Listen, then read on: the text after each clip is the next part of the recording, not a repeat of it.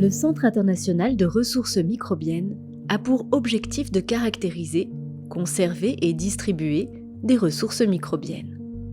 Ces 5 centres de ressources biologiques sont distribués sur différents sites INRAE et coordonnés par une cellule localisée à Jouy-en-Josas. Le CIRM Levure est la collection de levures du réseau CIRM. Il est situé à Montpellier, sur le campus INRAE Institut Agro.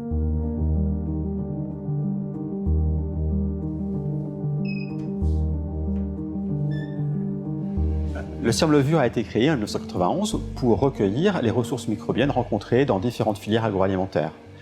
Il s'est développé en intégrant par la suite plusieurs collections de levures INRAE. Alors les levures sont des champignons unicellulaires.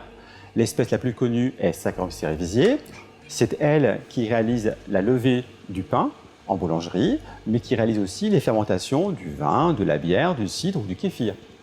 Mais il existe aussi de très nombreuses autres espèces de levures.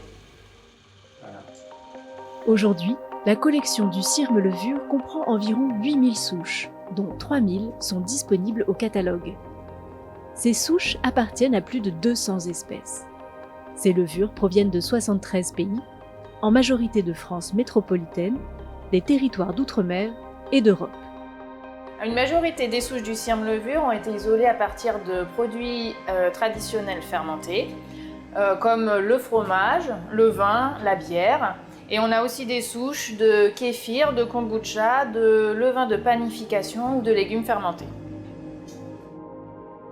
En plus de ces souches isolées de produits alimentaires, nous avons aussi de nombreuses souches environnementales, comme celles isolées d'insectes, de plantes ou de fleurs, ou encore de glaciers ou de sols.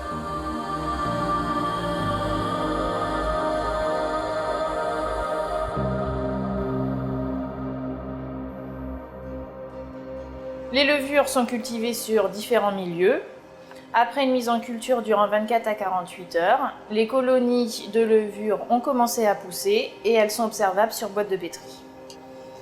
Ensuite, les levures sont identifiées par marqueurs taxonomiques et nous avons commencé à séquencer le génome complet de nos souches pour une meilleure caractérisation. Une fois identifiées, les levures sont mises en collection. On utilise 2 méthodes de conservation, la cryoconservation et la lyophilisation. Les levures sont stockées dans des fûts d'azote liquide, c'est la méthode de référence pour la préservation des levures. Ça va garantir une excellente conservation dans le temps. La lyophilisation permet également une très longue conservation de l'ordre de plusieurs dizaines d'années. Ces levures apparaissent ensuite au catalogue de la collection. Nous les mettons à la disposition de nos clients et partenaires pour leurs différents projets. Et en fonction de leurs besoins, nous pouvons collecter des levures, les identifier, les caractériser et les conserver en toute sécurité. Et grâce à ces 30 années d'expérience, nous pouvons répondre à leurs questions.